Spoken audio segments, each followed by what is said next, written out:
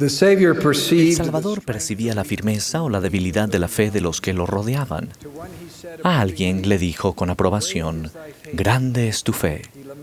Con otros se lamentó diciendo, «Hombres de poca fe». Y a otros cuestionó preguntando, «¿Dónde está vuestra fe?». Sin embargo, Jesús honró a otros diciendo, «Ni aún en Israel he hallado tanta fe». Me pregunto, ¿qué pensará el Salvador de mi fe? Y esta noche les pregunto, ¿qué pensará el Salvador de la fe de ustedes? La fe en el Señor Jesucristo no es algo etéreo, que flota libremente en el aire. No llega a nosotros por casualidad, ni la conservamos por derecho natural. Es, como dicen las Escrituras, la certeza, la convicción de lo que no se ve. La fe emite una luz espiritual que se puede discernir. La fe en Jesucristo es una dádiva del cielo, que se recibe al elegir creer y al procurarla y aferrarnos a ella. La fe o aumenta o se debilita. Es un principio de poder que no solo es importante en esta vida, sino en nuestro progreso del otro lado del velo. Por la gracia de Cristo, un día seremos salvos por medio de la fe en su nombre. El futuro de su fe no lo determina la casualidad, sino sus elecciones. Hace un mes conocí a Haroldo Cavalcanti en Brasil. Él fue bautizado a los 21 años y fue el primer miembro de la iglesia de su familia. Tenía una fe intensa y de inmediato comenzó a prepararse para servir en una misión. Lamentablemente, a su madre le diagnosticaron cáncer. 3 meses después, apenas días antes de morir, le expresó a Haroldo su mayor preocupación. No tenía parientes que le ayudaran. Haroldo tendría que hacerse responsable de 2 hermanas y un hermano menor que él. A su madre agonizante le prometió solemnemente que lo haría. Durante el día trabajaba en un banco y por la noche asistía a la universidad. Siguió guardando sus convenios bautismales, pero sus esperanzas de servir en una misión se desvanecieron. Su misión sería cuidar de su familia. Meses después, al preparar un discurso para la reunión sacramental, Haroldo estudió las palabras que Samuel dijo al rey Saúl en tono reprobatorio. El obedecer, leyó él, es mejor que sacrificar. Haroldo sintió la impresión aparentemente imposible de que debía obedecer el llamado del profeta de servir en una misión. Sin dejarse desanimar por los obstáculos que tenía ante él, procedió con enorme fe. Haroldo guardó todos los cruzeiros que pudo. A los 23 años, recibió su llamamiento misional. Él dio instrucciones a su hermano de la cantidad mensual que debía retirar de su cuenta para la familia. Haroldo no contaba con suficiente dinero para cubrir todo el costo de la misión y mantener a sus hermanos, pero con fe entró en el CCM. Una semana después, recibió la primera de muchas bendiciones. El banco en el que trabajaba el elder Cavalcanti inesperadamente duplicó el dinero que iba a recibir al dejar de trabajar. Con ese y otros milagros, se proporcionó el ingreso necesario para cubrir su misión y mantener a su familia en su ausencia. 20 años después, el hermano Cavalcanti es ahora el presidente de la estaca Boa Viagem, Recife, Brasil. Al recordar aquellos años, él dijo, conforme trataba de llevar una vida recta, sentía el amor y la guía del Señor. Mi fe aumentó, permitiéndome superar muchos retos. La fe de Haroldo no fue una casualidad, sino una elección. Hay muchos hombres y mujeres cristianos que tienen una profunda fe en el Señor Jesucristo. Los honramos y respetamos. Sin embargo, hermanos, a nosotros se nos ha dado algo más, el sacerdocio de Dios, el poder de Dios que fue restaurado en la tierra por ángeles santos. Eso los hace diferentes. Ya no están en terreno neutral. La fe de ustedes no aumentará por casualidad, sino por elección. La forma en que vivimos aumenta o disminuye nuestra fe. La oración, la obediencia, la honradez, la pureza en pensamiento y en obras, y la falta de egoísmo aumentan la fe. Sin ellas, la fe disminuye. ¿Por qué le dijo el Salvador a Pedro, pero yo he rogado por ti que tu fe no falte? Porque hay un adversario que se deleita en destruir nuestra fe. Sean implacables en la protección de su fe. Analizar las preguntas sinceras es una parte importante de edificar la fe, y para ello usamos el intelecto y los sentimientos. El Señor dijo, hablaré a tu mente y a tu corazón.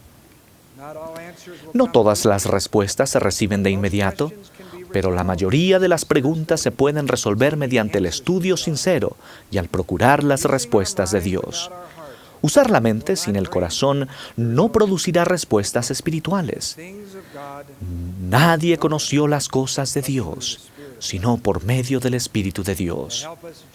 Para ayudarnos, Jesús nos prometió otro Consolador, al que llamó el Espíritu de verdad. La fe nunca exige una respuesta para cada pregunta, sino que procura la seguridad y el valor para seguir adelante, a veces admitiendo que no sé todo, pero sé lo suficiente para seguir en el camino del discipulado. Al sumergirnos en la duda persistente, intensificada por las respuestas de escépticos e infieles, debilita la fe en Jesucristo y en la restauración.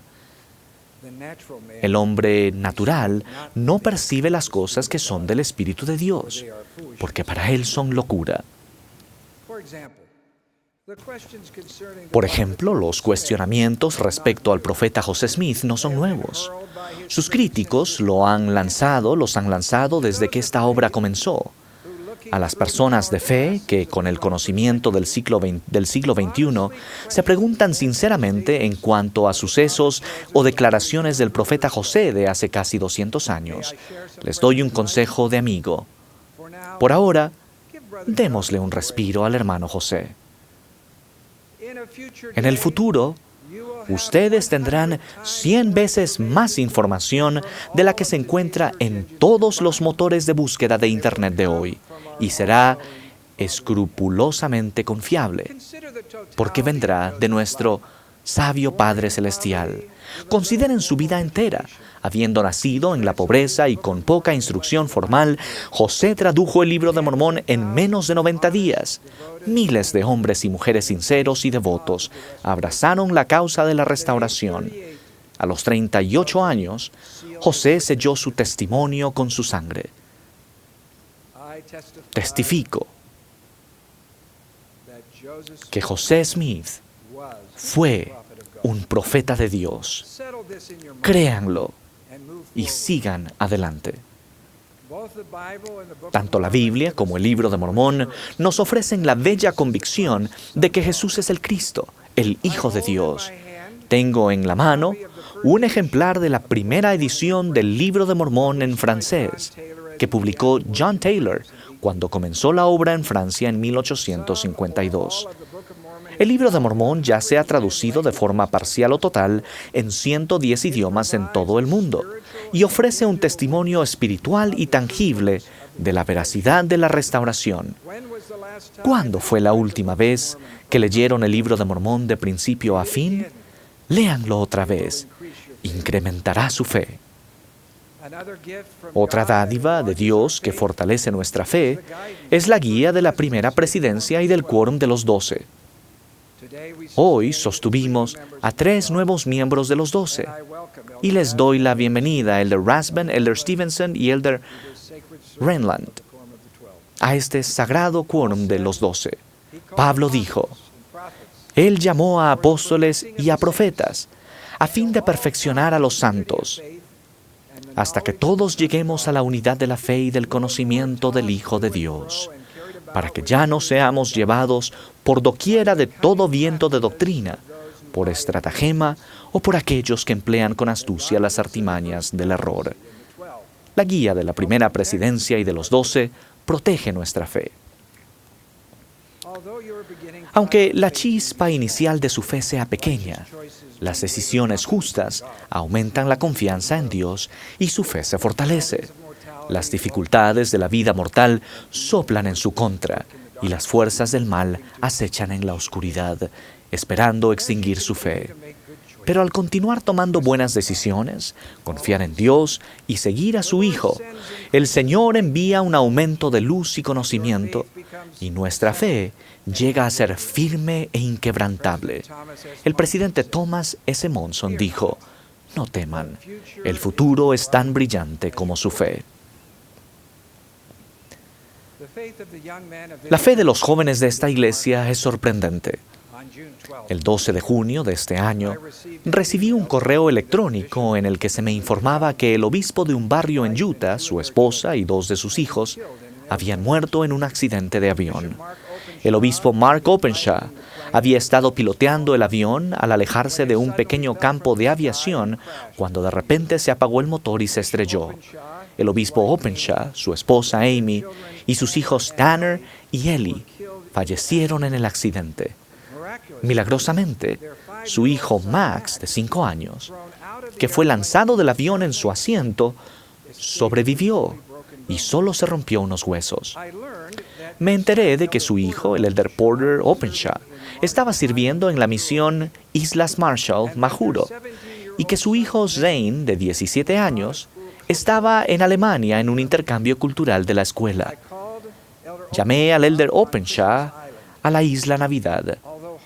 A pesar de estar desconsolado por la muerte repentina de sus padres, de su hermano y hermana, de inmediato se preocupó por sus 2 hermanos menores.